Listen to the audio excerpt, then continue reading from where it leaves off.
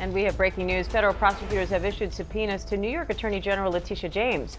Sources tell ABC News the subpoenas are related to her office's civil fraud case against President Trump and a corruption case against the National Rifle Association.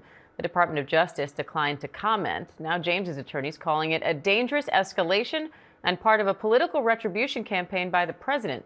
Chief Investigative Correspondent Aaron Katersky is here with more on that. Aaron, what do we know so far? We know these subpoenas were issued by the Northern District of New York. This is in Albany, and they were issued to the Attorney General's office seeking information about two of her cases. The one you mentioned, Diane, the civil fraud case against President Trump that resulted in a $500 million judgment that he is still appealing. The other case involves the office's lawsuit against the National Rifle Association that forced former head Wayne LaPierre to cough up more than $4 million after James alleged corruption and misappropriation of funds. The two cases were successful. Now federal prosecutors, we're told, are subpoenaing for information to see whether James, in the course of those cases, violated the civil rights of either the president or the NRA.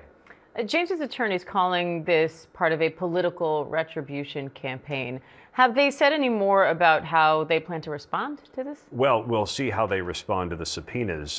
There were no immediate response other than to call this the weaponization of the justice system. So, in effect, using Trump's criticism of James against him now that he is the president and his Justice Department is taking on Letitia James, who's been an adversary of his for quite some time in the civil fraud case, resulting in an enormous judgment that she has said she will make him pay. And how does the NRA case come into play? The NRA case was one of the longest running cases in the Attorney General's office. The Attorney General's office sued the NRA, alleging that it really hadn't been a charity.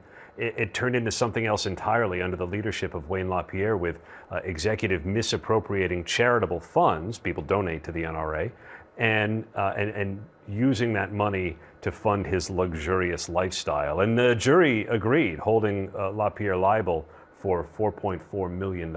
So what happens next now with these subpoenas? Well, they will have to be responded to. In theory, the Attorney General could try to go to court to quash them. I would imagine that that's what her attorney, Abby Lowell, will try to do at the outset. We'll see how far the case actually goes.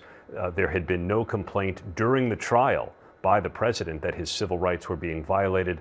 That only comes now by federal prosecutors, as he's in office. All right, Aaron Katersky, thank you.